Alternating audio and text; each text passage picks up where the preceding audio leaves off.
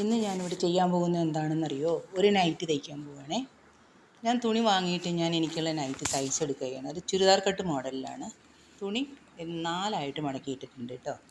എന്ന് വെച്ചാൽ ആദ്യം 2ആയിട്ട് തേരുവശം മടക്കിയിട്ട് അത് വീണ്ടും 3 മടക്കി 4ആയിട്ട് മടക്കിയിട്ടിട്ടുണ്ട്. തയ്യൽ അറിയാവുന്നവർക്ക് അറിയാൻ പറ്റും.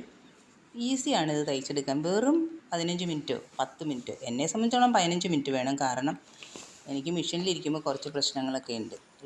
മോട്ടോർ മെഷീനാണെങ്കിലും അത്രയും സമയം പോലും ഇരുന്നാൽ എനിക്ക് നടുവേദന ഉണ്ടാവും. അപ്പോൾ അതിൻ്റെ ബാക്കിലെ കഴുത്തിന് ഞാൻ തീരെ ഇറക്കം കുറച്ചാണ് എടുത്തേക്കണം. അത് 2 ഇഞ്ചാണ് എടുത്തേക്കണേ. ഫ്രണ്ടിലെ കഴുത്ത് 4 ഇഞ്ചും, കൈക്കുഴി ആം ഹോള് നമ്മളൊരു 6.5 ഇഞ്ച് എടുത്തിട്ടുണ്ട്. വണ്ണം 13 ഇഞ്ച് എടുത്തിട്ടുണ്ട്.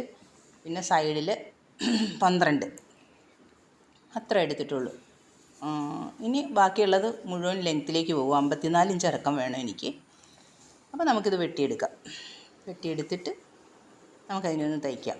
ബാക്കിലെ പീസ് വെട്ടിക്കഴിഞ്ഞു. ഇനി ഫ്രണ്ടിലെ കഴുത്തൊന്ന് ഇറക്കി വെട്ടിക്കഴിഞ്ഞാൽ ഇത് വെട്ടിക്കഴിഞ്ഞു. ഇനി ആ കഴുത്തും കൈയും പിടിപ്പിച്ച് സൈഡും കൂട്ടിയടിച്ചാൽ ഇതിൻ്റെ പണി കഴിഞ്ഞു.